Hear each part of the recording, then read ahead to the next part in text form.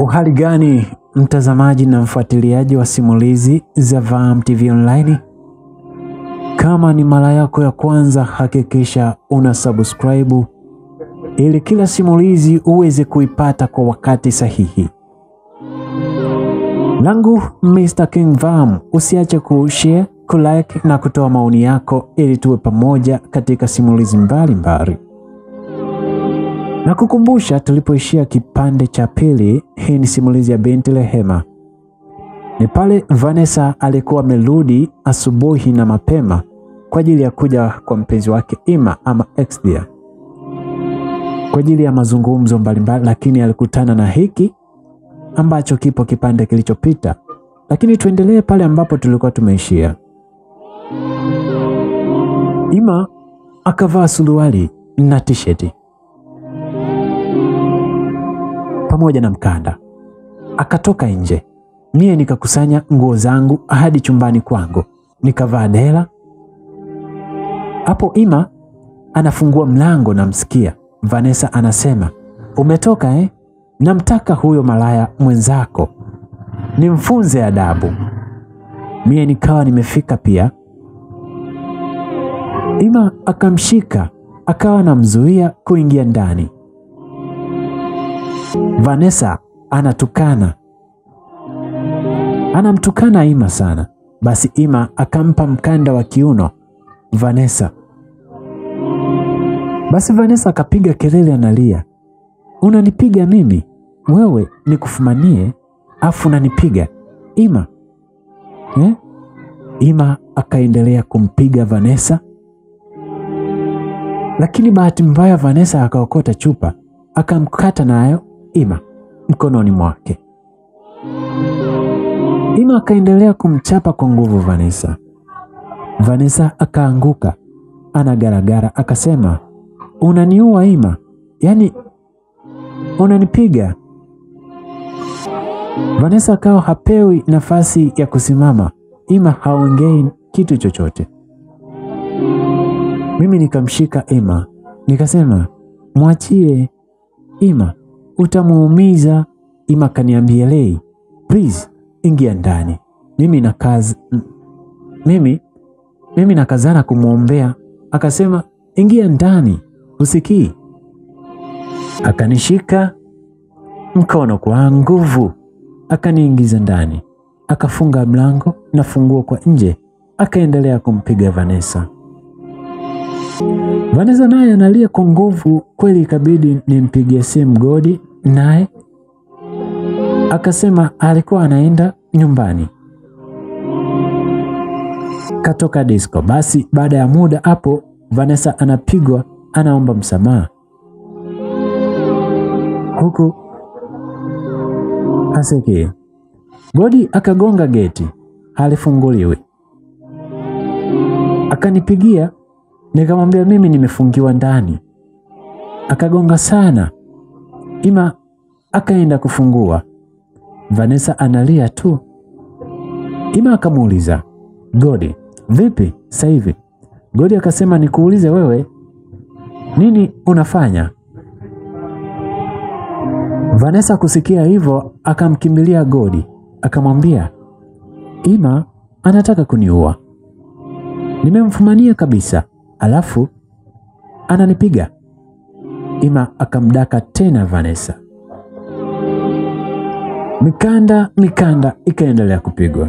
Godi akamshika akasema, Ima, hujawahi piga mwanamke hivi, imekuwaje mshikaji wangu? Ima akamwambia Godi, angalia huyu kichaa alichofanya, yani amefanya nyumba yangu hivyo. Godi kucheki vyoo chini na Ima anavuja damu mkononi. Godi akasema, ni nini hiki Vanessa? Tukae tuongee. Ima bana, sasa hasara gani hii tena Vanessa? Ima akasema, sina cha kuongea, ila sitaki kumuona huyu mwanamke. Sitaki kabisa kumuona kwangu tena, maana najua uwezo wa kunilipa hana. Nimechoka tabia zake, mimi sijamuoa huyu. sio mke wangu. Ashanifanyia ugomvi mara nyingi, nimechoka. Godi, tazama nyumba yangu hii nzima, kavunja vyoo. Hapo Ima anavuja damu mkononi. Godi akamwambia, mkononi vipi nao? Ima ndio akashtuka sasa. Hakuona kuwa ameumia. Sijui ndo hasira zile, maumivu hasikii. Akasema kanikata na kioo huyo kichaa. Vanessa akasema nimemfumania kabisa na mwanamke, nilikuwa dirishani na huyo mwanamke yumo ndani, hivyo navyoongea nikapata hasira. Ima akasema ndo uvunje vyoo, nimegharamia, unajua hela napataje wewe?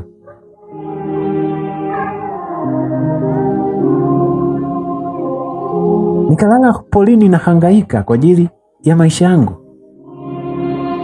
Wewe unachota kwangu tu ni hela, ufanye jukumu lolote kama mwanamke, na huo ugomvi nani akuoe wewe? Godi akasema mfungulie Lei basi. Kwa nini unamfungia sasa? Ima akafungua, nikatoka. Akaniambia akachukue sweta, tukatafuta sehemu ya kulala. Hapo hatuwezi tena maana baridi sana. Godi akasema twende kwangu. Ima akasema hapana, tutaenda hoteli. Vanessa kakaanza, Lei, kuna mdada humo, na kama hayupo huyo mdada mwingine humo ndani, basi Ima anatembea na Lei. Nasema mimi. Basi mimi nikawa kimya tu, nikaingia ndani, nikavaa traki na nguo kidogo, nikaweka katika pochi. Ima naye akaenda kufata zake, akaja akafunga mlango. Akamwambia Vanessa, nisikuone hapa, siku ingine nitakuua, umesikia? Umenisikia vizuri? Akamsogelea akampa kibao kikali Vanessa usoni, akasema usije kwangu tena. Vanessa akaanza kusema unatembea na Lei, kumbe ukanidanganya, nilijua ni ndugu yako, kumbe ni mwanamke wako. Ndio maana niliona mtu mweupe chumbani kwako, kumbe Lei. We mnafiki, wanafiki wakubwa nyinyi. Ima akamwambia Godi, mtoe huyu hapa, nitamuumiza. Godi akaondoka naye akampeleka hosteli. Sijui maana ni mwanafunzi wa chuo. Basi sie tukaenda hotelini. Ima akachukua chumba kimoja, tukakaa pale, nikamfunga mkono. Hakuumia sana, damu ikaacha kutoka. Sie tupo pale mahaba kama yote. Tukakaa siku 3 hapo. Anaenda kazini, anarudi hoteli. Cha ajabu, Godi hakunitafuta tena. Na hapo Ima kaeka mafundi wanafunga aluminium zingine. Sele ndiye aliyekuwa anasimamia. Baada ya wiki tukarudi pale. Godi naye akaja akanisalimia kwa ucheshi tu. Nikaenda wapikia nikiwa jikoni. Godi akawa anamuuliza, Ima, niambie ukweli, siku ile ulikuwa na demu? Maana Vanessa alirekodi kabisa sauti. Ni kweli jamaa, ulikuwa juu ya manzi unatia kitu. We mshikaji, manzi inalia hatari. Ima akacheka tu akasema, na siku ile hamkuwa na demu zaidi yako wawe na Lei. Hebu niambie ndugu yangu, Lei na wewe ni aje?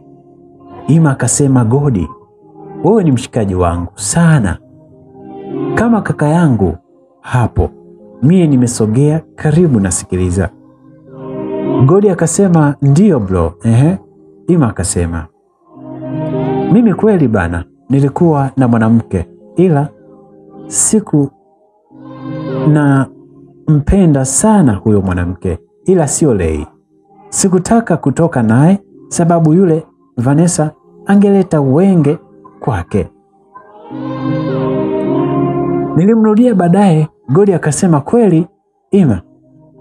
Akajibu ya. Mimi nikajiuliza kwa nini hajasema ukweli, lakini nilikumbuka nilimwambia iwe siri kwanza. Basi nikaandaa chakula. Godi akanitania, kwa hiyo nikuoe lini? Jamani, sema basi Lei, au sasa hivi twende kanisani. Mimi nikawa nacheka tu, Ima yupo kimya tu. Basi baada ya siku 2-3 kupita, usiku mimi na Ima tumelala tunapeana mapenzi, maana tulianza kupeana kama dozi. Sasa muda wote ananiambia nisivae nguo za ndani kama chupi. Nikiwa nyumbani na mie, kwa kuwa nilisikia tena nikawa sivae, kwa hiyo ni popote tunaamsha dude. Sasa siku hiyo tumelala. Baada ya mechi usiku kama saa 5, Ima akapigiwa simu na namba ngeni. Akapokea. Mpigaji akajitambulisha kama nesi, akamwambia, Ima, mpenzi wako Vanessa kanywa sumu, kaacha waraka wenye namba yako, kaletwa hapa hospitali, tunaomba uje kabla hatujaenda polisi. Kaka Ima akashtuka sana, akauliza hospitali gani? Akaambiwa Ima. Akasema sawa, akakata simu. Nikamuuliza unafanyaje? Akasema siendi mimi. Nikamwambia hapana, twende tukamuone, yule ni binadamu ujue, na kweli tumemsaliti. Nilimshawishi sana Ima, akakubali. Tukavaa tukaenda hao. Kufika kule tunakuta Vanessa amelazwa, kawekewa drip, ana hali mbaya. Ima akaoneshwa barua ina malalamiko kuwa kamkataa na mimba na kampiga vibaya, ili mimba itoke. Nikajua sasa hapa si hii ni kesi, kumbe ana mimba. Nikamwambia Ima, ili yasiyo makubwa, kubali umhudumie, akipona mtaongea. Akasema siwezi mimi, huyu ni mzushi tu huyu. Nikambembeleza huku moyoni naumia. Akakubali. Kesho yake tukarudi kumcheki, bado hajaamka. Mchana pia akaja na mdada, alisema ni dada yake Vanessa. Kumbe anamfahamu Ima. Kamwambia nataka umjali mdogo wangu, vinginevyo nitakufunga kwa kosa la kumpiga mjamzito. Ima akawa kimya tu. Basi tukamuuguza. Baada ya siku 4 akaruhusiwa, ikabidi twende naye nyumbani. Ima akaniambia nimuoneshe chumba kingine. Basi nikawa namhudumia, haongei, anasema anachotaka kula tu, na akitaka kitu na nini, lakini hamna story. Ikapita wiki, bado anaumwa. Sasa kuna siku nimemaliza kufua nguo za Ima, Sele hakuwepo geti. Geti likawa linagongwa. Nikaenda kufungua. Alikuwa ni mama wa makamo hivi, na mzigo mkononi. Nikamkaribisha kwa tabasamu, nikamsalimia na kumpokea mizigo yake hadi ndani. Alipokaa nikamwambia, karibu mama, sijui unatumia kinywaji gani? Akasema huku akitabasamu, mie natumia waini mwanangu. Nikamwambia sawa mama, samahani tena. Unataka lady au white? Akacheka akasema, nipe hiyo lady mwanangu. Nikasema sawa.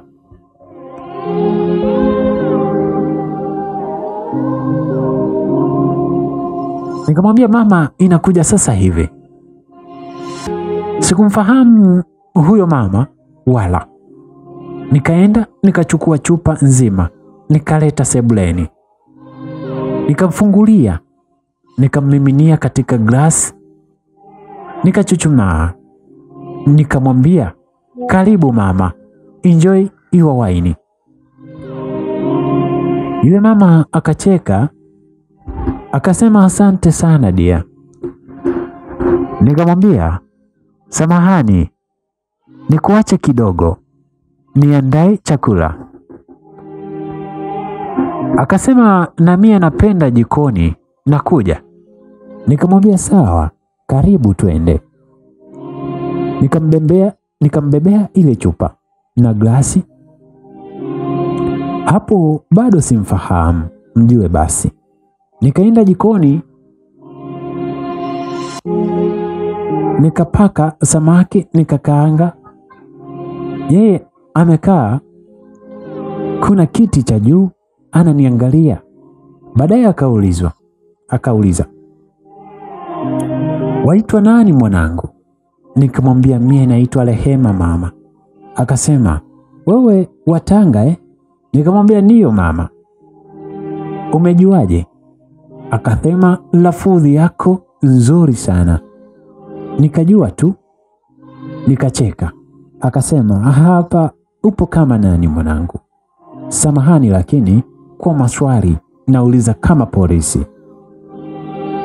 Mie nikatabasamu.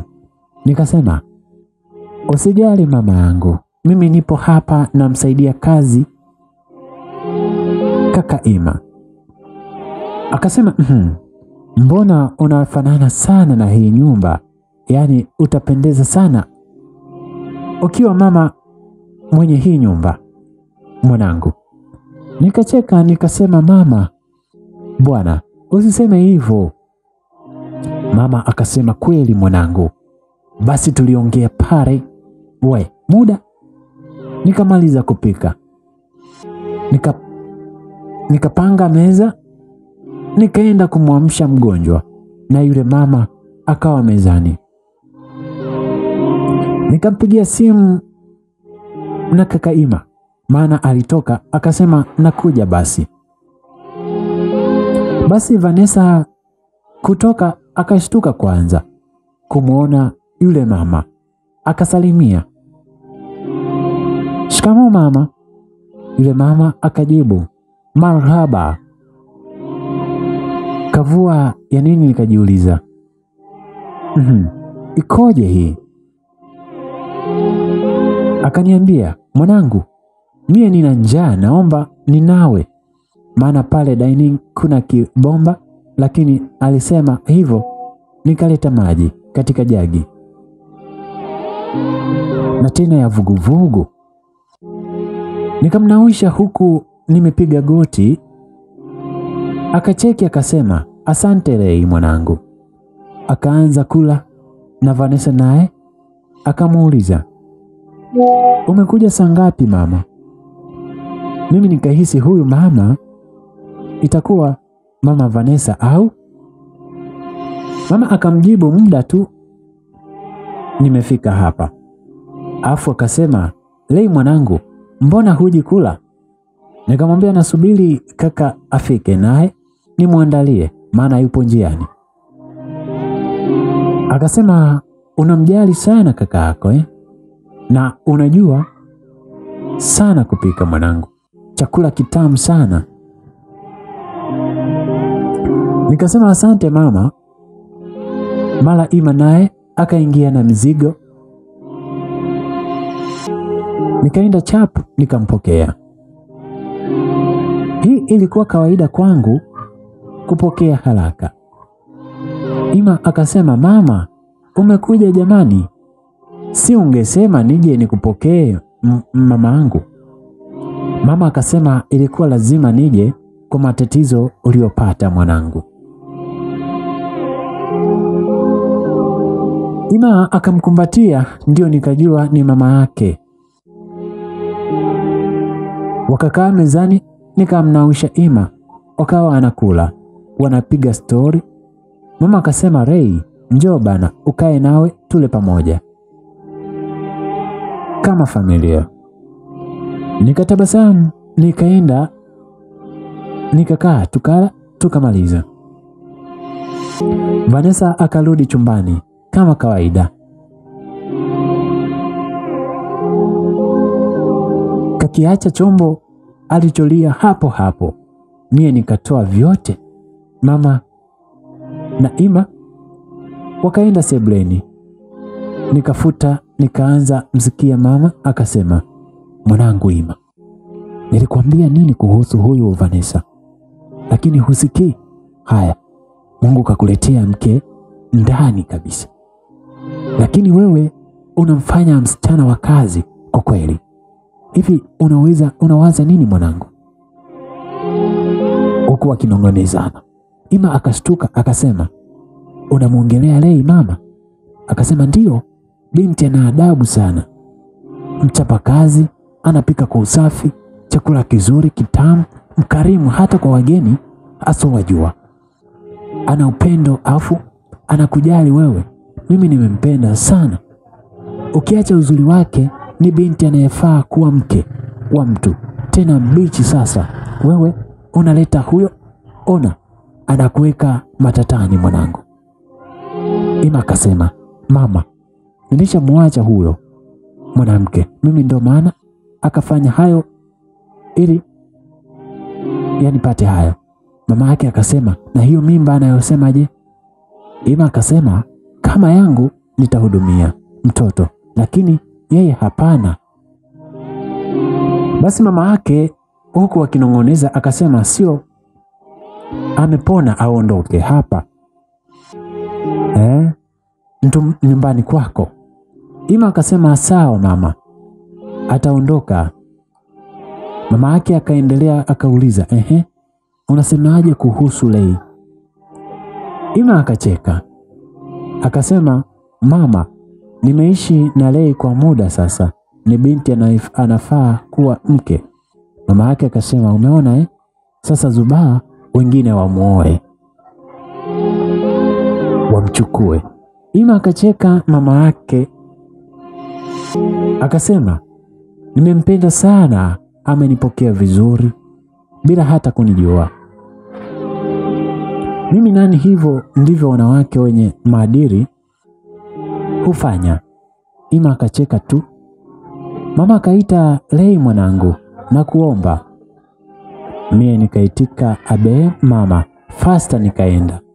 Akasema, asante kwa kumjali mwanangu, maana amekuwa mtu anaipendeza sana na anakula vizuri, maana ananawiri mapishi yako. Nikasema, usijali mama. Akasema, sawa, asante kwa ukarimu na ucheshi wako, pia mpishi mzuri wewe. Nitaomba uje kwangu ukae wikendi moja, tupige stori zetu, sieti mwanangu. Nikacheka sana, nikasema asante mama, na nitakuja muda huo. Anasema hivyo. Vanessa naye akaja akasema, Ray, naomba maji ya kunywa. Nikasema sawa. Mama akasema, Ray,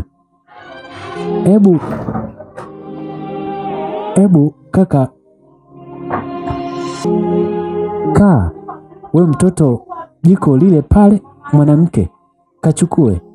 Mimba sio ugonjwa kusema utese wenzio.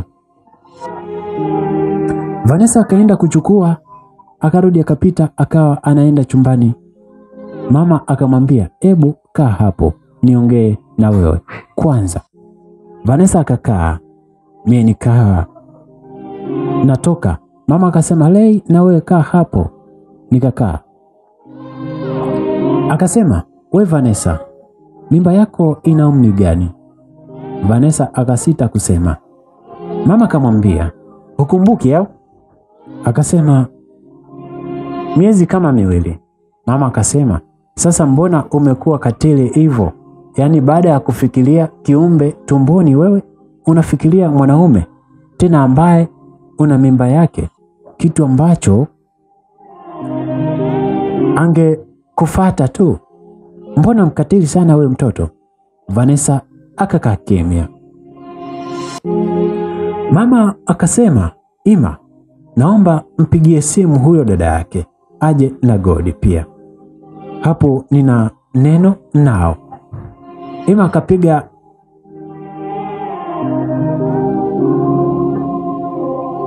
Bahati nzuri huyo dada yake alikuwa njiani anakuja kumwona mdogo wake. Godi naye hakai mbali na Ima. Akaja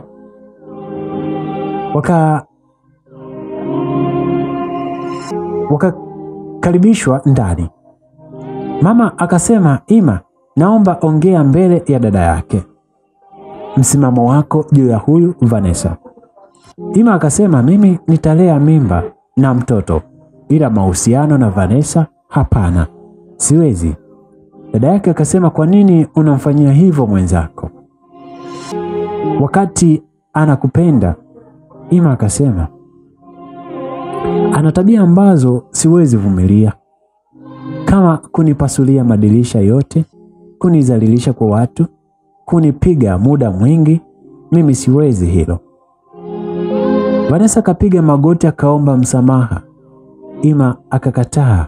Jamani. Mama akasema, "Hata mimi sikubaliani naye kabisa. Naomba tu amepona sasa aende, na ikibidi kesho muende kliniki mkapime na Ima." Ima akasema, "Sawa mama." Mama akasema, "Mwanamke hupiki, hufui, mkorofi, upo tu. Unaizaje kuwa mke? Naomba uende. Yani huduma zitakufuata." Vanessa akabeba vitu vyake vyote akaondoka na dada yake. Godi akaongea na mama jioni sana. Mama akaaga, kumbe naye yupo Mbeya anaishi Uyole. Ima akampeleka, ila alichukua namba yangu. Basi kurudi Ima akanidaka, "Nimekumisi sana bebi wangu." Na mie nikamwambia, "Hata mimi Ima." Akasema, "Mama amekupenda sana, anasema nikuoe wewe, unasemaje?" Nikamwambia, "Unaweza nioa mimi kweli wewe Ima?" Akasema, "Ya, hata sasa hivi nipo tayari." Nikacheka tu, tukaanza mambo yetu ya kuamsha dude sebuleni tena kwenye sofa. Tukalala chini kwenye kapeti la nyoya. Nikaukalia mgogo, niko hulu. Mara mlango ukafunguliwa ghafla. Jamani, kucheki mlango ni Godi na Vanessa. Mie nipo juu, tupo uchi. Mtalimba upo kazini. Endelea kuwa na Vam TV. Usiache kusubscribe na kushare ili tuwe wote mwanzo mwisho.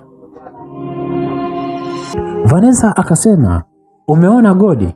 Nilikwambia huyu Ima anatembea na Lei. Umeona sasa? Mbaya wangu ni Lei, huyu msichana hasidi, mnafiki sana. Nilimpenda na eti ananiita wifi, kumbe mshenzi tu." Godi hakujibu, ila akamvuta nje. Vanessa akafunga mlango. Sie tukaamka tukavaa nguo. Mie nikawa naenda chumbani. Ima akasema, usiende popote leo, ukweli na uweka wazi, njoo mke wangu. Nikajiwazia nishakuwa mke mara hii tena. Akanishika mkono akasema, Godi, ingia. Godi akaingia akasema, samahani kwa kuingia bila kugonga. Bro, mazoea mabaya aise. Da. Ima akasema so kesi bro. Vanessa akatoka spidi, akataka nishika anipige.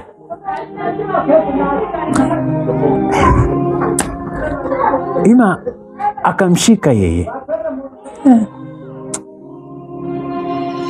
Akasema, unataka kufanya nini labda? Vane akasema, huyu malaya huyu alijifanya kaka wako, kumbe hawala yake. Nataka nimfunze adabu.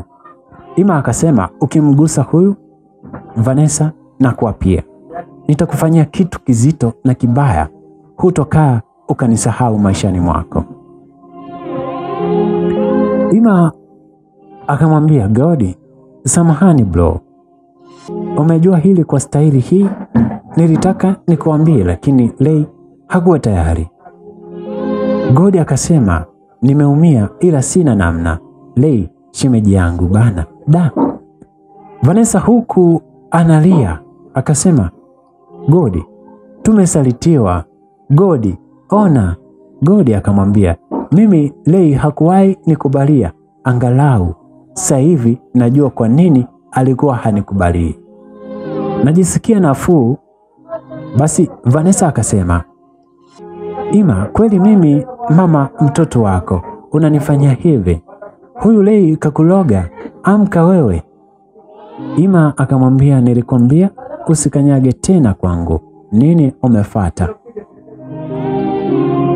Godi, kafata nini huyu? Akajibu, kafata eti kuna nguo alisahau. Ima akasema, hakuna nguo yake chumbani kwangu. Vanessa akasema, zipo. Ima akaniambia, mke wangu, kaangalie kama kuna nguo ya mwanamke yeyote chumbani. Mie nikaenda nikaacha wanabishana, sikukuta nguo yeyote ile. Nikaingia chumbani alichokuwa analala, sikukuta nguo. Nikarudisha jibu. Vanessa akasema, we malaya, tutaonana, nitakufundisha adabu, uache kuiba mabwana za watu. Mie nikakaa kimya. Basi Ima akasema, bwana wako nani bana? Naomba uondoke na ole wako, kimkute kitu chochote Lei, utadili na mimi. Vanessa akasema, tutaonana Ima, huwezi nipotezea muda wangu na uniache kisa malaya wa Tanga. Godi, twende. Godi akamwambia, we nenda tu, mimi bado nipo hapa. Basi Vane akatoka zake akabamiza mlango. Mie nikawaletea bia wakawa wanakunywa. Nikawakangia nyama pia. Nikawa naondoka. Ima akasema, kaa basi baby. Unaenda wapi? Godi akasema, au ananiogopa mimi shemela? Da, ila ulimi mzito kuita shem, lakini nitakunywa grisi tu ili niwe naita. Tukacheka, mie nikacheka zaidi. Ima akasema, mbona wewe hunywi? Nikamwambia, niko sawa, sijisikii kunywa leo. Basi Godi akauliza, mambo haya lini mzee? Ima akasema, so muda sana, Lei anapenda siri sana. Huyu Godi akasema, ulikutana naye wapi Lei? Ima akacheka akasema, Tanga. Alitaka nimtafutie kazi nikakosa. Godi akasema, nilikuwa nahitaji wafanya kazi, mbona sema wewe ulitaka tu uweke ndani mjomba, si ndio? Maana akasema umekosa sasa hivi unaupiga mwingi. Wakacheka. Ima akasema ngoja nitambulishe rasmi sasa. Akaniambia baby. Nikaitika abe. Huyu ni rafiki yangu sana, nimesoma naye seko hadi chuo na tunafanya kazi pamoja. Nikasema nafurahi kumfahamu. Akasema Godi, huyu ni mpenzi wangu, nampenda sana, nataka nimuoe. Yani anaitwa Lei. Godi akasema inachoma hiyo, ila nafurahi kumfahamu basi. Wakafanya Godi akaondoka zake, huku Vanessa anapolomosha matusi kwa meseji. Ima akampigia akasema kesho na kupitia asubuhi saa 4 twende clinic. Vanessa akasema siendi, naenda peke yangu. Ima akasema kama mimba ni yangu tutaenda wote, kama ni ya mwingine utaenda peke yako na usije nitafuta kwa lolote. Akakata simu, akamblock. Basi kesho yake akamfuata, lakini Vanessa hakukubali kwenda hospitali. Na Ima akaachana naye. Sasa tukawa wazi wapenzi, mie na mpenzi wangu Ima tunatoka pamoja. Kuna siku kulikuwa na sherehe ofisini kwao, nikaenda naye akanitambulisha kwa wafanyakazi wenzie. Mimi kama mchumba wake, basi maisha mazuri naendelea kupendeza. Hapo wazazi sijawahi watafuta wala kunitafuta. Akanifungulia biashara, nikawa nauza vitu vya jumla kama boxer, chupi, nguo za watoto, midoli, spray, vitu mbalimbali. Ila najumlisha kwa mama yake nilikuwa naenda, maana Ima alinitambulisha rasmi mwaka ukapita. Mie niko busy na biashara. Nisipokuwepo Sele anakuwepo pale kwenye biashara. Basi Vanessa aliacha kufanya ugomvi. Mie naendelea na maisha yangu, naogopa kuwatafuta nyumbani kwetu yani. Lakini basi mara nikaanza kuumwa uchovu sana na tapika. Tukaenda hospitali na Ima, nikajieleza. Daktari akaandika vipimo, nikapima. Majibu yakaja mimi ni mjamzito. Ima alifurahi sana. Tukarudi nyumbani, akawa hataki niguse kitu, kila kitu anafanya yeye. Akamwomba mama yake amtafutie house girl kwao Songea. Mama yake akamtafutia, akaja. Mie nikawa napumzika, japo nampikia na kumfulia Ima wangu. Kuna siku Ima akasema mimi sina amani maisha tunayoishi, nataka nikuoe tena kanisani, maana tulikuwa tunasali Roma na mie pia nilihamia huko sababu ya Ima. Hivyo akasema nitawaambia wajomba na baba mdogo, maana Ima hana baba, alifariki, ila wewe lazima uende nyumbani, wazazi wajue mke wangu, vile una vithibitisho watakuelewa. Nikasema sawa. Akasema kuna safari ya kikazi ya Kigoma, ila kuna watu wanaenda Tanga pia, nitaomba tubadilishane ili na mimi niwe jirani, sababu ni kazi kama ya wiki 3 na wewe utapata muda wa kukaa na wazazi. Nikasema sawa. Basi zikapita siku, safari ilivyokaribia, tukaenda kwa mama yake Ima, naye akaita wajomba za Ima na baba zake wadogo na shangazi yake, wakaongea. Ima anataka kuoa mke wake wa Tanga, hivyo anataka kwenda nyumbani kwa wakwe zake watarajiwa. Wakakubaliana sawa. Baba yake mdogo akasema Muheza kuna baba yake mdogo Ima pia hivyo, huyo atafanya taratibu za mwanzo kwanza na kutafuta mshenga. Siku ya mahali sisi ndio tutaenda. Basi siku ikapita, nikaenda kununua zagazaga kwenda nazo Tanga, mchele, unga, maharage. Nikanunua zawadi za mama, vitenge vya gharama vya Kongo. Baba nikamnunulia suti 2, maana baba yangu hanenepaji mwili wake ni ule ule. Nikahisi na t-shirt pia vitamfaa na suruali kaza, nikanunua nazo na gauni nzuri za mama na viatu pia vya baba. Kesho yake tukaanza safari saa 10 usiku na gari ya ofisini kwa Emma. Tukafika Tanga jioni, tukalala hoteli. Kesho yake mapema nikapelekwa hadi nyumbani, nikamkuta mama anafagia uwanja. Alivyoniona akasema, mwanangu Rehema, ni wewe? Nikamwambia mama, ni mimi, huku machozi yananitoka. Akaniwao Ima naye akamsalimia mama, akaniangalia, ananigeuza, ananikumbatia, anasema, mwanangu, nilikuwa silale kila siku na kuwaza, nikajua umekufa. Sijui. Nikamwambia nipo hai mama. Maana akamwambia Ima, karibu baba nyumbani. Muda huo Ima anashusha mizigo, tukaingiza ndani. Ima akakaa kidogo, akaaga, akasema anaenda kazini. Basi mama akamwaga Ima, akaondoka.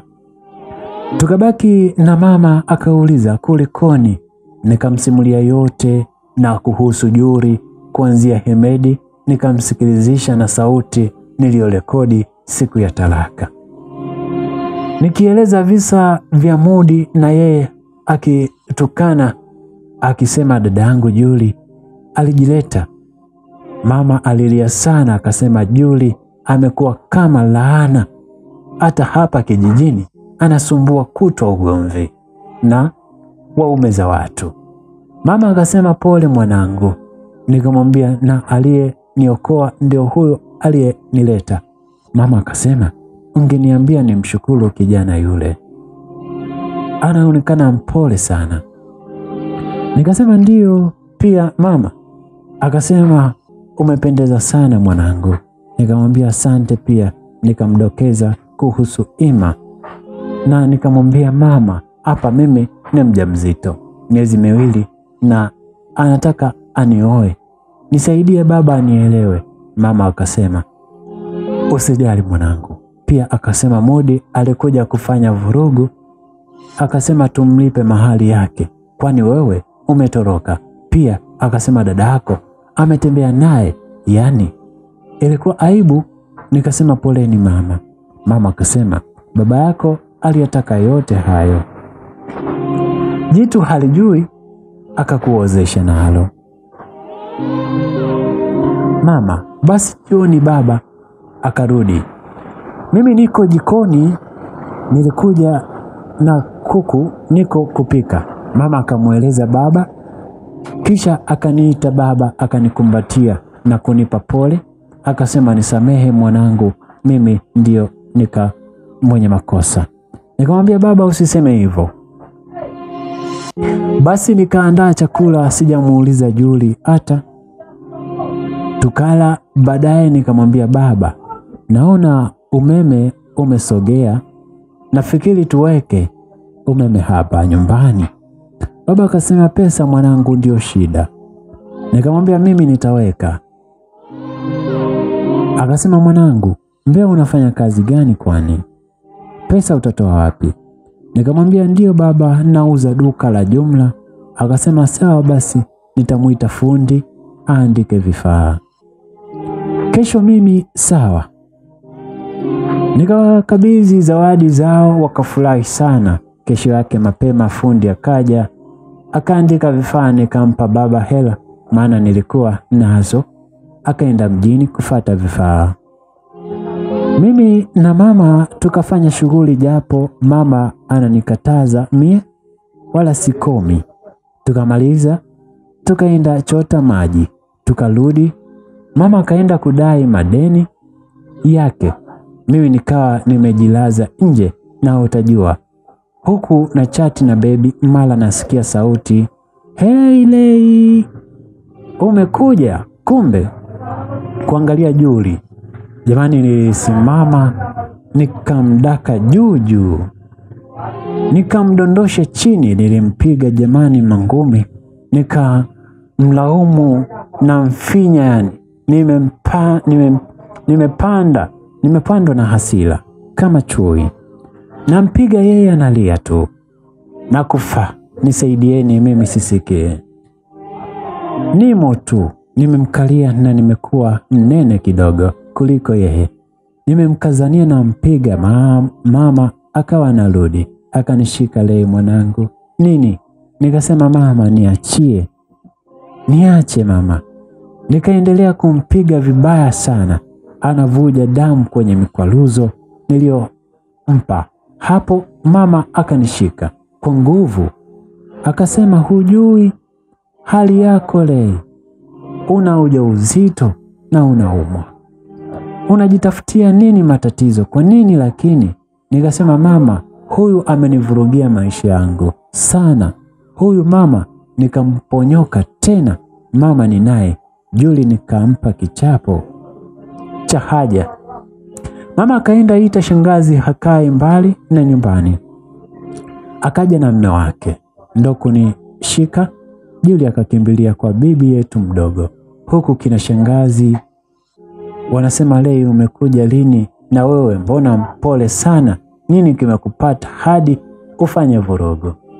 Unashindwa hata kuongea, na lia tu."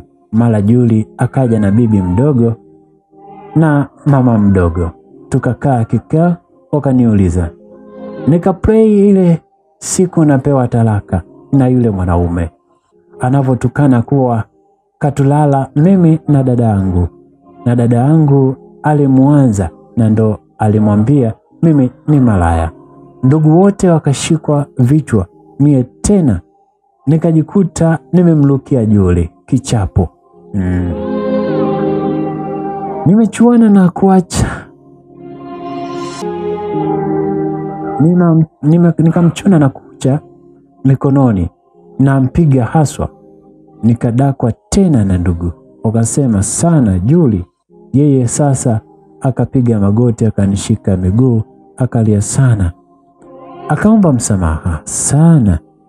Mie wala sitaki.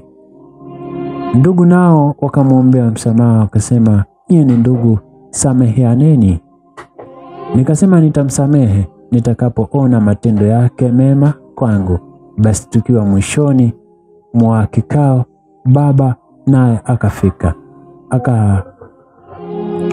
akasalimia ndugu kumuona Juli, akamkamata kichapo. Bibi akamshika baba, akasema, "Anataka niulia mwanangu huyu, nimempiga vya kutosha sana Lei."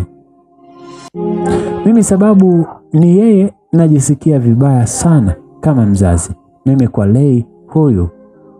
Baba akasema, "Mwanangu Lei, nisamehe sana mie." Nikapiga magoti, nikasema, "Baba, yote ulifanya kwa faida yangu, hukupenda nipotee." Baba akaninyanyua, tukaingia ndani. Lei naye akaendelea kuomba msamaha tu, mie sina. Yani Juli akaendelea kuomba msamaha tu, mie sina time naye. Basi siku zikaendelea. Mafundi wakafanya wiring nyumbani. Nikahangaika TANESCO. Wakaweka umeme. Ndani ya wiki 2 umeme tayari. Haikuwa bei, ni shilingi 27 tu walea. Nikavuta maji pia nyumbani. Nikamwambia baba, nitatuma hela ya marekebisho mengine. Baba akafurahi sana na kushukuru. Sasa imebaki wiki turudi Mbeya. Nikamwambia kuhusu mchumba Mama akamwambia shangazi kuhusu mchumba. Nikamwambia shangazi akaongea na baba, naye baba akaniuliza. Nikajibu ndio. Akasema unampenda? Nikajibu ndio. Akasema basi aje tu. Mie nikampa jibu Ima. Akafurahi sana. Akatuma mshenga akaleta posa. Akaambiwa siku ya mahari. Walijibiwa mapema, basi wakapewa wiki. Mie nikamuuliza mama kuhusu Salma. Mama akasema yupo, wanaishi madukani na mme wake. Nikaenda kwa Salma. Alifurahi kuniona, akanikumbatia, nikamsalimia, akasikitika. Nikamwambia naolewa tena. Akafurahi, akasema inaonekana bwana wako ana hela. Nikacheka. Akasema umpendeza, umekuwa kama mzungu shoga yangu. Nikacheka. Yeye hapo ana watoto wawili. Aliwabebanisha. Nikawasalimia, tukaenda madukani, nikawanunulia zawadi ya nguo. Basi siku ya mahali ikafika. Salma aliwahi, tukawa wote hapo. Mama yangu na baba yangu wamevaa, wamependeza magauni niliowaletea. Kina Ima wakaja na mama zake wadogo na baba zake wadogo. Wakatoa mahali. Baba alisema 1,500,000. Mzee anapenda huyo hela. Baba alipenda hela sana. Wakatoa zote na vile vitu, mablanketi, pia walikuja na vinywaji na chakula. Walikuja na wale wapishi watenda basi. Nikaitwa. Nikatoka na wasichana 4. Tumejitanda, lakini nilimwambia Ima nitakuwa natikisika hivyo. Akanichagua, nikafunuliwa. Nimelembwa, nikavalishwa pete nzuri ya dhahabu ya uchumba. Wakasema nimekuwa mchumba rasmi wa Ima. Mama mkwe alifurahi sana. Akanikumbatia, akasema karibu nyumbani mwanangu. Akanivalisha bezi nzuri sana. Kamvalisha na mama. Nikasema asante mama. Basi watu wakara, maana si unajua vijijini wakanywa mabia na wengine soda. Siku ikapita, wakaondoka. Mie nikabaki kama siku 4 hivi. Ima akanifuata, maana walishapanga harusi na hiyo itafanyika Mbeya ukweni.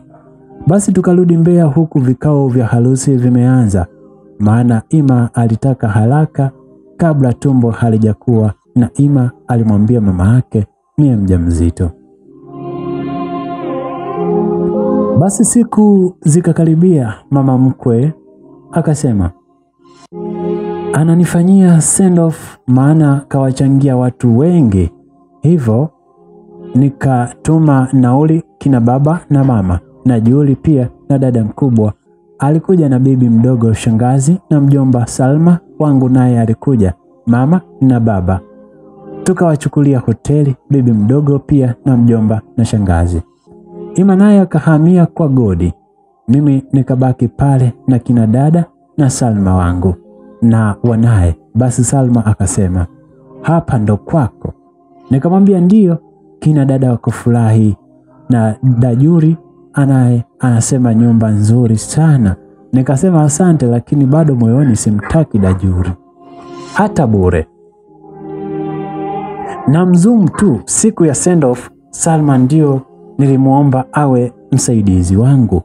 Tukafuatwa, tukalembwa na nguo tulishona. Salma ni mweupe, sio sana, ila urefu tunalingana na miili, japo yeye mnene sana siku hizi. Basi kina dada nao nikawaomba Sele akawapeleka shopping nao kina mama na bibi yangu, ndugu yangu wote usiku walinoga.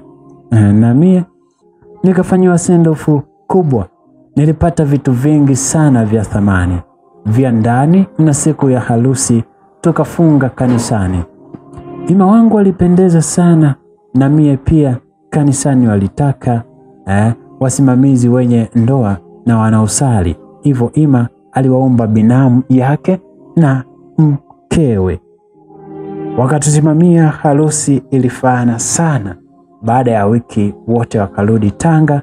Mie na mme wangu tukaendelea na maisha, nikiwa mke halali wa ndoa wa Emmanuel, mtoto wa Kingoni mie, hadi Ima mtoto wa Kingoni, hadi nikajifungua mtoto wa kiume. Nikaenda Ufyele kwa mama mkwe, japo mama pia alikuja na Juli ambaye alikuwa mwema sana kwangu na kuonesha amejutia hadi 40. Nikarudi kwangu, wao wakaenda Tanga. Ndoa yangu ilijaa furaha, maisha yakaendelea. Mwanangu akatimiza mwaka sasa. Nikapata mimba ingine, ikawa inanitesa sana. Kuna siku baba akanipigia simu, akaniambia, mwanangu, dada yako anaumwa sana, naomba aje unisaidie matibabu, labda hali ya hewa. Mimi nikasema dada yupo. Akasema, na kuomba mwanangu, amebadilika siku hizi, unamuona. Mimi nikamwambia siwezi amua mwenyewe baba, ngoja nimshirikishe mme wangu kwanza. Baba akasema sawa. Basi nikamshirikisha Ima, naye akasema mimi nakusikiliza wewe. Nikamwambia mimi simuamini yule. Ima akasema, mke wangu, kumbuka mimi namjua vizuri sana dada yako, kupitia wewe siwezi muelewa. Nikamwambia sawa. Nikamwambia baba basi aje. Ima akatuma nauli, dada akafika, tukaenda mpokea hao hadi nyumbani. Unajua kitu gani kinaendelea? Basi endelea kuwa nami katika hii simulizi ya Binti Rehema. Kumbuka hii ni Vam TV Online, subscribe, usisahau kushare na marafiki ili tuwe wote mwanzo mwisho. Tukafika nyumbani, maana alifika usiku na magari ya Arusha. Basi likamuonesha chumba na bafu lake kuwa aoge. Akasema hawezi fungua mabomba. Nikamwelekeza. Chakula kilikuwepo, dada wangu wa kazi Shad Subi alipika. Dajuli akaja akala, japo kula yake ilikuwa ya shida sana. Ni kweli alikuwa amedhoofu sana, anaumwa hadi huruma. Lakini nikagundua kila akipita kuna kiharufu kibaya sana nasikia kutokea kwake. Na hapo ameoga hapo. Nikawaza huyu ani nini kinatoa harufu hivi? Jamani, sikupata jibu na sikujua hata anaumwa nini. Dajuli tulilala usiku ule. Kesho yake nikawahi kuandaa chai, nikamwamsha akala, naye japo hali sana anatapika tu. Juli sasa tukaongozana naye na mme, yeye mbele sisi nyuma, maana nilikuwa najua kuendesha kipindi hicho. Nilifundishwa na mme kuendesha, akawa ameniachia gari ndogo naendesha yeye na ile double cabin ya kazini kwake. Basi tukaenda kliniki fulani ya dokta maarufu sana kwa magonjwa ya kina mama. Nilimpeleka kule baada ya kusikia kiharufu kali hiyo, nikajua itakuwa labda UTI iliyokomaa. Tulifika hapo kliniki. Dokta nimemzoea, maana alikuwa ananitibu mimi. Mimba yangu ya kwanza, hata nikiumwa pia hii ya pili, na nilikuwa nikienda kwake na kila nikienda na muachia kitu kidogo hadi akawa ananiita mzungu wake. Kwa hiyo nikampigia na kuja, akaniona wa kwanza. Nikamwambia Juli aeleza shida yake bila kuficha, naye akaeleza. Dokta akamhoji maswali, anajikanyaga, Dokta akahisi kitu, akasema apande kitandani nimpime ultrasound. Julie akapanda, anapandisha nguo tuone. Tumbo, harufu kali ilitoka chini. Jamani, madokta wana kazi sana jamani, hasa hawa wa wanawake ambao kazi yao ni kuangalia nyuchi jamani. Dokta akampima, akaona vitu kwenye kizazi, akamwandikia vipimo, na mie nikamteksti hapo hapo dokta, nikasema mpime kila kitu, magonjwa ya zinaa na ukimwi. Dokta akajibu okay. Basi tukatoka, akaendelea kupimwa na kusubiria vipimo. Dokta akatuita, akamwambia Julie, ulikuwa mjamzito si ndio? Julie akasema sijui. Dokta akasema sema bana, ukweli mimi ni dokta, nataka kukutibu, ukiwa sio mkweli utakufa, shauri yako. Julie akasema ndio, nilikuwa mjamzito, lakini nikatumia dawa ya kienyeji ili mimba itoke, ndo nina breed tu mpaka sasa. Ninapitia hali hiyo kila mwezi. Dokta akasema mimba haikutoka, ila uliua kiumbe na kinaharibu humo tumbo, ndo maana unatoka harufu hivyo, inabidi usafishwe haraka iwezekanavyo. Tena una bahati, ungechelewa ungekufa. Kama pesa ipo sasa hivi nikuingize sweet na usingemaliza hata siku 3 wewe ungekufa. Nikashangaa sana, huyo mwanamke huyu nikamwambia dokta, shingapi? Akasema pamoja na huduma zote nilizopata na kumsafisha itakuwa 240,000. Basi hapo nilikuwa na 1,500,000 hela ingine benki, maana kadi ya mume wangu nilikuwa natumia mimi. Ya kindugu ilinijia, nikaumia moyoni, nikamwambia dokta, naomba msafishe sasa hivi, pesa ipo. Yeye akajitia kulia, anashukuru eti. Dokta akaita nesi, akaanza muandaa. Mie nikamwambia dokta, nakuja sasa hivi. Nikatoka nikampigia mume wangu, ila sikumwambia tatizo alilonalo Julie, maana ni fedhea. Mambo mengine nikamwambia tu gharama ya matibabu. Akasema una hela hapo sasa? Nikamwambia nina 1,500,000. Akasema nakuja basi nikuletee sasa hivi hiyo baki. Wewe tulia mke wangu. Nikamshukuru sana mume wangu Ima. Basi madokta wakashughulika, mume wangu akaja akaniletea hela na kunipa pole. Akasema tatizo ni nini? Nikamwambia nitakueleza nyumbani. Tukalipa bill, tukasubiri maana alizimishwa hapo. Sijatia kitu tumboni, na muombea atoke salama dada yangu.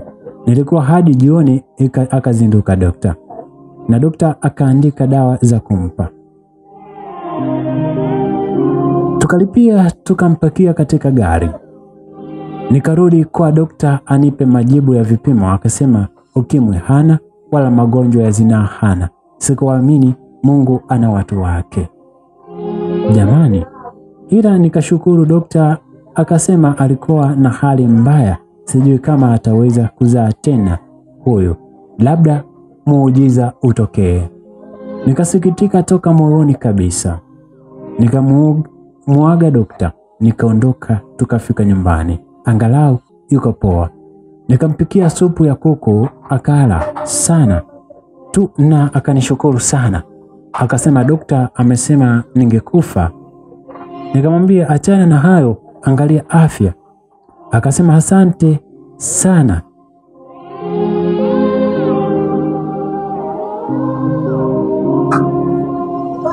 Akaanza madawa mume wangu, na mume wangu pia ikabidi nimwambie tu ukweli, maana alikuwa anahoji sana. Akasema huyu shemu ana mambo ya ajabu sana, sijui kwa nini Mimi nikasema ni aina ya mtu naye. Basi akakaa pale kama wiki 2. Amepona, ameanza kunawiri angalau, ila anachapa kazi vibaya mno. Hadi na shangaa anajali mwanangu sana, kumlisha hadi Junior akaanza mpenda mama mkubwa wake mno. Mimi nikasema labda kabadilika kweli Dajuri. Huyo hivi na watoto kweli. Ukapita muda anaheshimu tu kwangu. Na shemeji akae mie hapo tumbo kubwa. Baba anashukuru tu, mama naye akasema basi akae hadi ujifungue. Nikakubali nikiwa na tumaini la kubadilika kwake. Vile alikuja na nguo chache, nikampa hela akaenda shopping. Sasa kuna siku mimi mume wangu tumeenda kliniki hapo, nikakaribia kujifungua. Nikarudi, Subi ananiambia dada alikuja, mdada mmoja hivi alikuwa anamuulizia kaka Ima. Nikasema alisema anaitwa nani? Akasema sikumbuki, maana wakati anaongea naye dada Juli akaniambia niingie ndani. Akaendelea kuongea naye yeye hadi akamsindikiza nje ya geti. Nikamuuliza yupoje? Akasema mnene hivi, mweupe, wa kujichubua afu mfupi. Nikajua huyo ni Vanessa. Nikamwambia akija tena niambie Subi. Akasema sawa. Basi nikaingia chumbani, nikawaza Juri alikuwa anaongea nini na Vanessa hadi kumsindikiza. Nikasema hapa nijiandae mauzauza, muda so mrefu yataanza hapa. Basi usiku tukiwa chumbani, nikamwambia mume wangu, akasema kama shemu atarudia ujinga atakuwa hazimo kichwani. Kwa yote uliomfanyia mke wangu atakuwa chizi. Mimi nikasema sijui, ngoja tuone. Siku zikapita, nikajifungua. Mama mkwe akahamia pale kwangu, akaniuguza ufyele, maana nilipata baby girl. Akafurahi sana kupata make mwenzie hapo. Juri ananifulia nguo na kusimamia mapishi. 40 ikapita, mama akaondoka. Juri yupo ananisaidia kazi tu, yupo busy na watoto yeye, yani kama ana mapenzi mno na mimi. Sasa nikaanza pokea message, namba sijui, eti akasema unajizalilisha kila mwaka ili Ima akupende sana. Pole yako wewe, zaa sie wenzako, tunakula maisha na Ima. Mimi nikapuuza. Kesho yake Ima alichelewa kurudi, aliniambia yupo sehemu wanajadili project na wenzie. Mara nikatumiwa message, utasubiri sana, wenzio tumejinafasi huku wewe unanuka maziwa, utakwe wewe sasa. Sangapi na Ima anavyopenda kulukia. Nikawaza huyu mtu kapata wapi namba yangu na Ima, maana yupo na Ima sasa hivi, maana kajuaje Ima hajarudi. Nikasema ni nani huyu hapa, ngoja nikampigia. Ima hakupokea. Baada ya nusu saa akapiga akasema, samahani mke wangu, sikusikia simu, narudi so muda. Hapo nilikuwa sebleni nanyonyesha baby wangu. Tupo na Subi anabembeleza na Junior na dada Juri, tunaangalia tamthilia. Mara message ikaingia, utahangaika sana na huyo wangu tu kuwekwa ndani, hakunizuii mimi kumpata ninavyotaka. Weka ndani kama sufuria, lea tu mama. Mimi nikasema lazima huyu yupo na Ima, maana najuaje? Napiga simu nikatulia tu, ila nawaza sana. Basi baada ya saa Ima akaingia, nikamkaribisha. Na Ima ilikuwa marufuku kula nje, labda tuwe na mimi. Nikamuandalia chakula akawa nakula. Message ikaingia kwangu, bila shaka kafika salama. Haya, kula makombo, maana mimi nimekubakishia mwenye njaa na ndoa. We, siku zote ni mla makombo tu. Usiku mwema bi mzuri. Nikakwazika sana na Ima akaniuliza, uko sawa mke wangu? Nikamwambia ndio niko sawa. Nikasema naenda mlaza mtoto, akati sio kawaida yangu kumwacha akila peke yake. Ima aliacha kula akaja chumbani. Akasema, kuna nini mke wangu? Mbona hivyo? Nikamwambia hakuna kitu. Akasema hapana, hebu niambie. Nini shida? Mimi nikajua mke wangu, nikamwambia ulikuwa wapi? Akasema nilikuwa kwenye kikao mke wangu. Mbona nilikwambia? Nikamkata jicho. Nikamwambia nipe simu yako. Sasa mimi huwa sishiki simu yake wala yeye hashiki yangu, lakini nikaiomba. Ima akanipa. Nikapekua, nikachukua ile namba, nikaitafuta, sikuiona. Nikamrudishia. Akasema kuna nini kwani? Nikamwambia soma hizi meseji. Nikampa simu yangu. Ima akasoma. Akaniambia mke wangu, hii namba sijui wala mimi sijakuwa na mwanamke mwingine. Muulize Godi, ndio nimerudi naye sasa hivi. Nikasema sasa anajuaje mimi nikiwa na kutafuta? Akasema sijui mke wangu. Hali ni tete. Rehema anatafutwa na namba ambayo ni ngeni, kuwa yeye anakula makombo. Na yeye huyo kwa namba ngeni anasema yupo na Ima. Nikamwambia sawa, ila kama unanisaliti Ima, sitakusamehe. Nikamwambia usinirudishie kabisa nilikotoka. Ima akasema siwezi mke wangu. Hao ni watu wanaleta fitna, mimi na wewe tugombane wafurahi. Mke wangu, usiwape nafasi. Sikumjibu, wivu ulinijaa. Basi tukala, japo bado zile messages zinanitatiza. Siku zikaenda. Kuna siku Ima alienda kikazi Dar.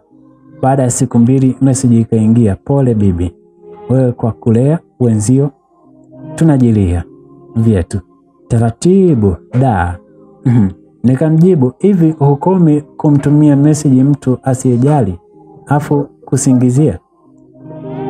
Akasema kusingizia, kwa hiyo nasingizia niko na mume wetu hoteli fulani. Akataja alipofikia mume wangu. Au nasingizia nini? Ima hayupo hapo kwani? Muda huo niko sebuleni.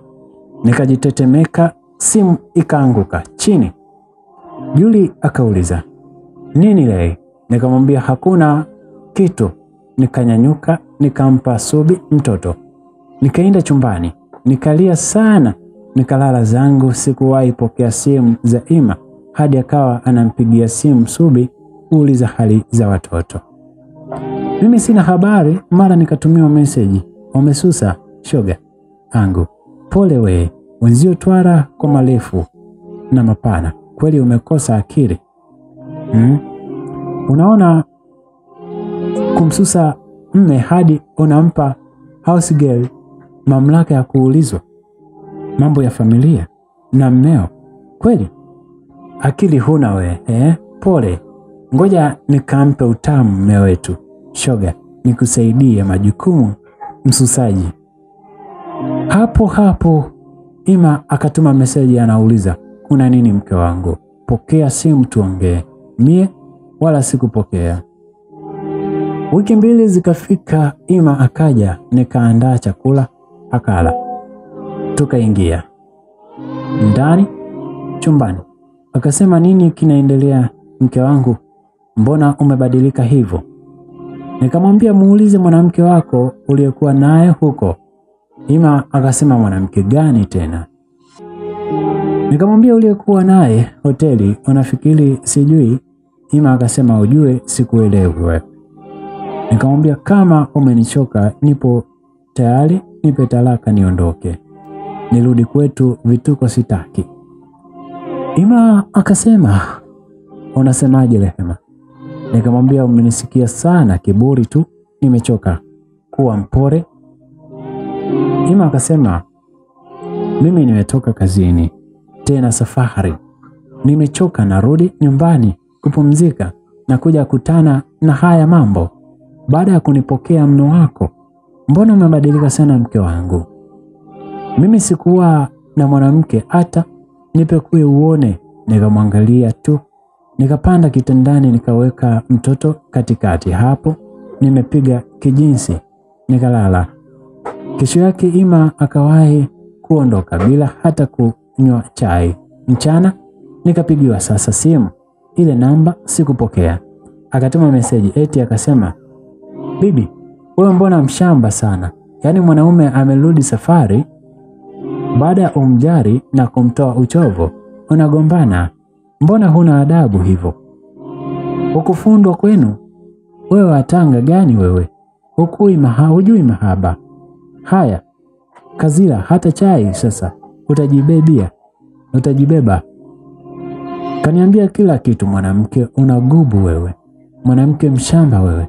Tangu ipi umetokea? Acha ni mpeti mme wetu, mie kaja mwenyewe wala sijamuita. Bana, kubwa support yenu wadau. Asante kwa kuendelea kuwa nami. Msiache kushare na kulike na kutoa maoni yenu.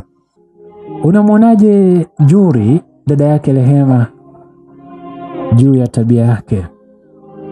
Kumbuka hiki ni kipande cha 3. Simulizi yetu itaishia kipande cha 4. Tuendelee. Nikatafakari, nikasema atakuwa ni nani huyu anafanya haya yote, na kwa sababu gani? Au Juri? Ngoja nikatoka nikamuita Dajuri. Akaja, nikamwambia lazima simu yako mara moja, kuna namba nataka ni copy. Akanipa, nikaingia nayo chumbani, nikapekua, sikuona ile namba popote. Nikajibipu namba zake, lakini sio ile. Nikamrudishia. Basi nikasema, au huyu sio Juri? Hivi Ima kwa nini ananisaliti? Nikaamua nifuatilie taratibu, nitajua tu. Ima hakurudi kula mchana, na mie sikumtafuta usiku, akarudi hakula pia, akapitiliza kulala. Mimi nawaza tu, ni nani yule Ima? Wala hanisumbui kuzila kwake kula. Kesho yake Ima akaniambia, hivi kwa nini umebadilika sana hivi? Nikamwambia, mimi nimebadilika nini? Akasema, hujioni? Mbona umekuwa mtu wa maneno sana siku hizi? Kama kuna jambo nimekukosea, si uniambie mimi. Haya maisha siyawezi mke wangu.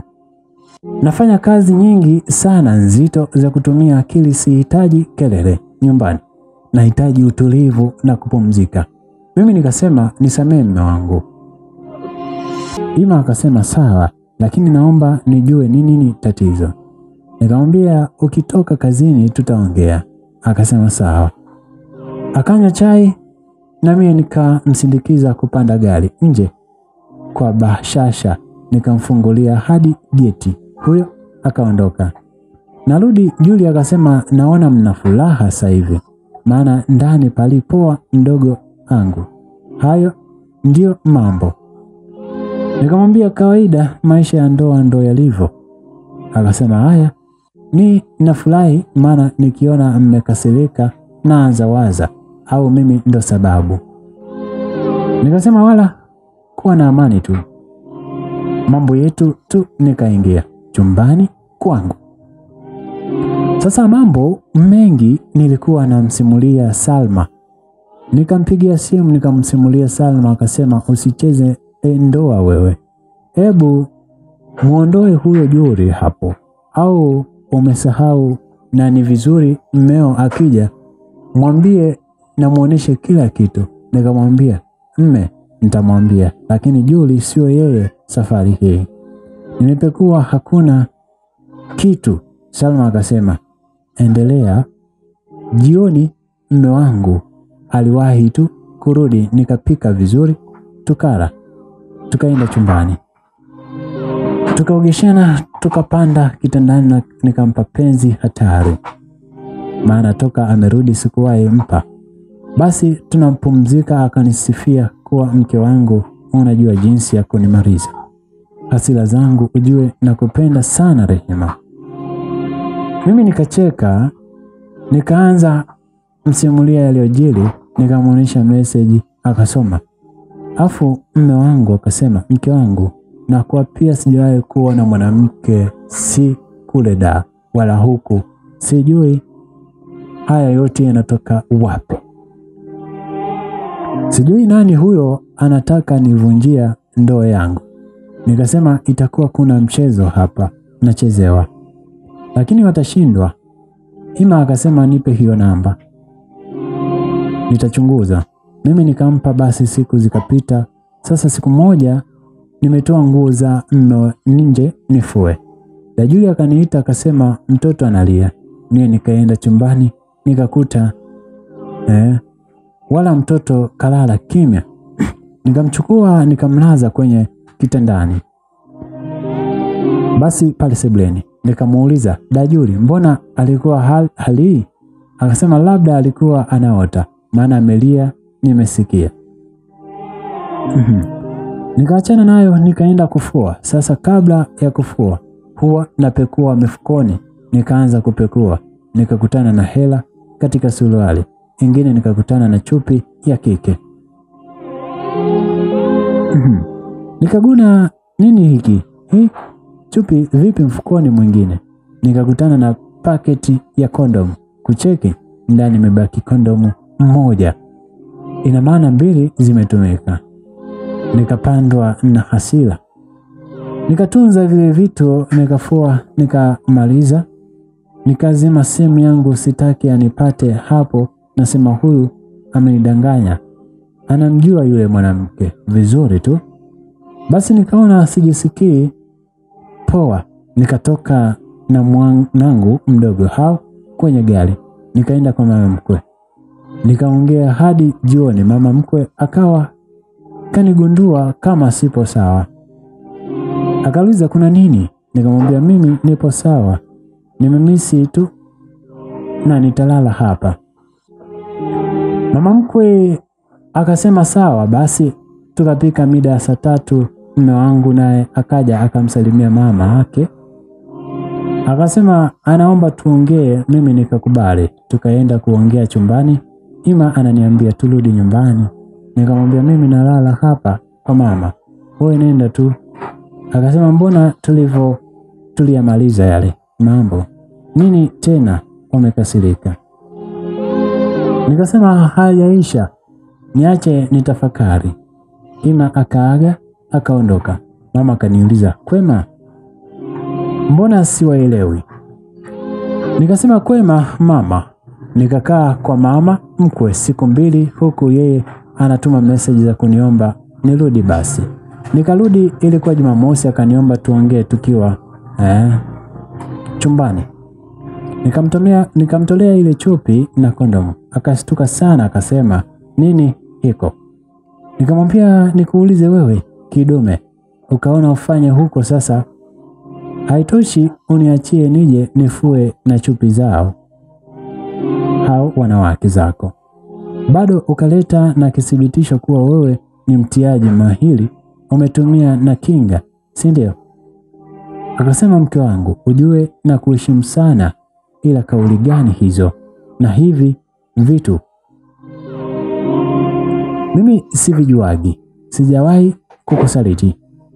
Nikamwambia unafanya mimi mtoto, si ndio? Au vile mimi mshamba hivi wanasaliti na kurudi na hivyo vitu nyumbani ili nijue sitaki. Ima niache, endelea na hayo mambo yako. Ima akasema unajua nini, nimechoka na mambo yako Lei, nadhani unanituma, si ndio? Nikamwambia utajua uwe. Basi akavaa akatoka. Sikumuona hadi saa 6 usiku. Kalewa vibaya. Nikakaa kimya tu. Kesho yake kanuna kaondoka mapema tena siku hiyo. Karudi saa 6 tena. akiwa amelewa. Nikasema huyu anataka nikichafue sasa. Kesho yake yupo kazini. Mimi nikabeba familia yangu yote hadi kwa mama mkwe. Nikamwambia, mama, tumekuja kukaa kidogo, tukupe kampani. Mama akasema sawa, akafurahi. Mimi nipo zangu kule kama siku 2, mme hajanitafuta zaidi. Nikatumiwa message, bora umeondoka, umeniachia mjengo, nyumba na jinafasi hapa. Palikuwa ni kwangu, wewe tu na umalaya wako ukaharibu. Nikaisoma nikajiuliza, umejuaje mimi sipo? Nikakausha. Sasa kesho yake Juli aliniomba hela, anaenda Mwanjero. Nikampa. Hapo tupo Uyole. Akaenda akarudi kwa kuchelewa. Jioni kama saa 11 nikapigiwa video call na ile namba kucheki ni Vanessa, yupo kwangu, amevaa kanga yangu, tena yupo chumbani kwangu. Akasema umesusa mme na nyumba dada. Mama mjengo, nimeingia ndani sasa najinafasi. Wewe si umesusa? Nilikwambia Ima ni wangu, hawezi niacha. Utaondoka wewe, unaizaa kila siku watoto kama ngazi. Nani aliyekwambia kuzaa sana ndo mume anatulia? Nani? Mimi hapa siami. Na mimi siamini, nimeshikwa na butwa kigugumizi, sina chapu kujibu. Akasema niko kwangu bibie, hapa nataka nimpikie mmewe. Nikakata simu hapo. Sele yupo dukani, nawaza ameingiaje ndani kwangu hadi chumbani. Nikajua basi Ima kaamua sasa kunikomoa, maana alisema nitamtuma. Aise, je, unadhani ni kitu gani kilitokea? Vanessa amejionesha rasmi kuwa yupo mjengoni na video call. Rehema yupo kwa mama mkwe kwa ajili ya siku 2-3 hizi, kutokana na mtafakuru ama mtafaruko wa yeye na vitu vinavyoshawishi ndoa ivunjike. Ima hajamtafuta Vanessa. Na Dajuli kwa nini aliondoka kwenda Mwanjerwa na kurudi kwa kuchelewa? Kuna kitu gani hapo? Bana, tukutane kipande cha 4, itakuwa ni final. Mungu ni mwema, Mungu ni mkuu. Basi hapana shaka tutakuwa wote. Usisahau kushare na kusubscribe channel yetu ya Vam TV Online. Tuwe pamoja. Asante sana.